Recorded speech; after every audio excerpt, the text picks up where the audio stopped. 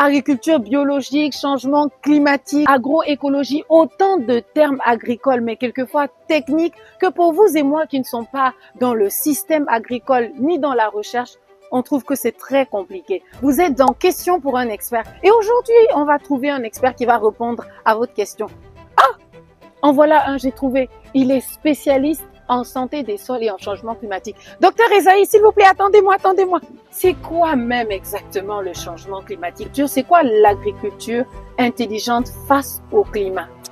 Ouais, c'est pas si compliqué. L'agriculture intelligente face au climat, c'est cette approche-là, cette manière de faire de l'agriculture tout en gardant à l'esprit la bonne gestion des risques climatiques. Est-ce qu'on peut matérialiser tout ça pour faire du terre à terre? Ok, pour faire du terre à terre, si tu me trouves peut-être 3 différents éléments ou bien des choses pratiques comme ça. Je vous apporte ça tout de suite. Ouais. D'accord.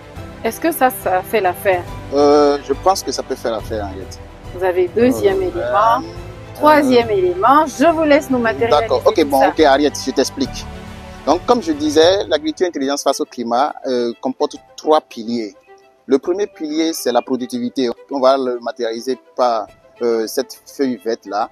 C'est l'ensemble des pratiques, des technologies, des innovations qu'un agriculteur peut utiliser pour accroître sa productivité. C'est-à-dire que pour augmenter le rendement et augmenter ses revenus. Et le deuxième pilier, c'est l'adaptation. Donc, nous allons matérialiser ça par cette fleur-là. C'est en fait l'ensemble de tout ce qui est technologie, de tout ce qui est innovation, tout ce qui est pratique que toujours un agriculteur peut utiliser pour pouvoir s'adapter à tel ou tel risque climatique. Donc ici, nous faisons allusion aux poches de sécheresse, aux inondations ou bien même aux maladies, aux ravageurs qui peuvent dévaster les champs. Et donc la question ici, c'est d'anticiper sur ces risques-là avant qu'ils ne surviennent. Le troisième pilier, c'est la mitigation.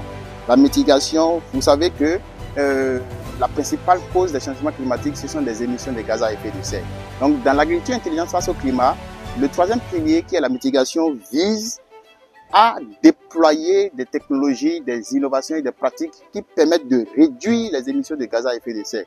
Autrement dit, est-ce que ces pratiques-là permettent aussi de séquestrer par exemple le carbone au niveau du sol ou bien dans les forêts ou bien dans les plantations? Il y a une deuxième question que les internautes posent. Okay, oui, c'est la suivante.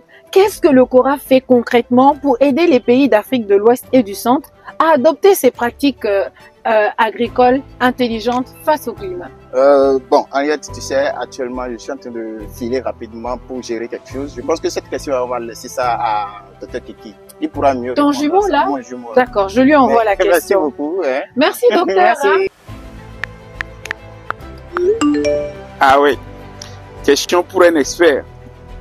Qu'est-ce que le CORAF fait concrètement pour aider les pays d'Afrique de l'Ouest et du Centre à adopter des pratiques agricoles climato-intelligentes? Comme il s'agit de toi, je vais y répondre. Le CORAF, c'est l'institution sous-régionale qui s'occupe de la recherche et le développement. Donc, pour permettre à ses constituants de pouvoir adopter l'agriculture intelligente face au climat, le CORAF essaie de déployer un certain nombre de technologies. D'abord, les technologies en termes de variétés de cultures qui soient de cycle court, qui permettent de produire rapidement en un temps record. Ensuite, des variétés dont les potentiels de rendement sont assez élevés, qui sont tolérantes aux maladies, mais également des pratiques agricoles qui permettent de mieux utiliser l'eau, puisque aujourd'hui, dans certaines régions du CORAF, nous observons la diminution de la pluviométrie, mais également quand il y a assez de pluie, de pouvoir utiliser de manière efficiente cette eau-là. La promotion de tout ce qui est énergie verte, les équipements que nous utilisons aujourd'hui, c'est à base du soleil ou bien qui minimise l'utilisation du fioul pour les activités post-récolte ou même pour les activités de production. Et donc, c'est un ensemble de technologies que le CORAF déploie, qu'elles soient liées à la production, qu'elles soient liées à la transformation, qu'elles soient liées au marché et le renforcement des capacités des acteurs à pouvoir prendre en compte tous les aspects de l'agriculture intelligente face au climat que nous faisons sur le terrain. Ah, merci beaucoup, docteur, d'avoir répondu à la question. C'était question pour un expert. Merci à vous. Ciao. Merci, ciao. Allons manger, docteur. Moi, j'ai faim.